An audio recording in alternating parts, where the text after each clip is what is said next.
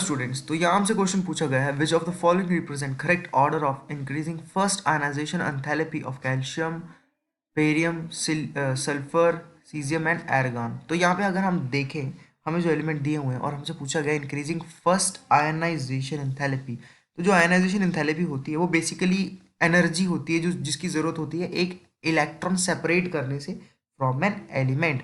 तो अगर हम अलॉन्ग द पीरियड जाएँ तो जो हमारे जो एटम हैं उनका जो जो प्रोटॉन है वो बढ़ते जाते हैं, प्रोटॉन बढ़ते हैं, लेकिन उनका जो इलेक्ट्रॉन है वो कम होते हैं। और यहाँ पे जो आयनाइजेशन एंथैल्पी है वो इंक्रीज होती है और जो साइज है वो डिक्रीज होता है। देखिए, प्रोटॉन का साइज प्रोटॉन बढ़ेंगे, फोर्स ऑफ अट्रैक्शन ज़्यादा होगा, फोर्स ऑफ अट्रैक्शन ज़्यादा होगा तो जो ताकत लगेगी, एनर्जी लगेगी उन इलेक्ट्रॉन्स को पुल आउट करने के लिए ज़्यादा लगेगी।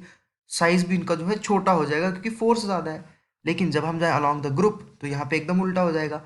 यहाँ पे जो है आयनाइजेशन एंथैल्पी डिक्रीज होगी क्योंकि ऑर्बिटल्स ऐड होते रहते हैं एलिमेंट्स के साथ, प्रोटॉन्स भी यहाँ पे कम हो जाएंगे, फोर्स भी कम होगा, साइज बढ़ता जाएगा और इलेक्ट्रॉन आयनाइजेशन एंथैल्पी कम हो जाएगी क्योंकि इलेक्ट्रॉन निकालने के लिए जो एनर्जी की जरूरत पड़ रही है वो ज़्यादा नहीं है।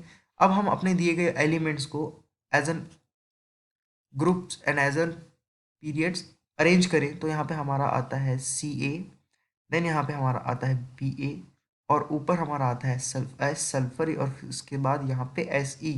लेकिन ये जो हमारा एरागॉन है इसका जो हमारा आयनाइजेशन एंथैल्पी है वो सबसे ज़्यादा होगी। क्यों? क्योंकि एक नोबल गैस है, यानी कि फुल्ली फिल्ड है। फुल्ली फिल्ड इसके जो कन्फिग्रेशन है वो फुल्ली फिल्ड है, इसमें एक इलेक्ट्रॉन जोड़ने में भी और बाहर निकालने में भी बहुत ज़्यादा एनर्जी रिक्वायर्ड होगी। तो ये तो हमारा एक हो गया एक्सेप्शनल केस। तो ये सबसे ज़्यादा जो है इसमें ही लगेगी हमारी जो एनर्जी होगी।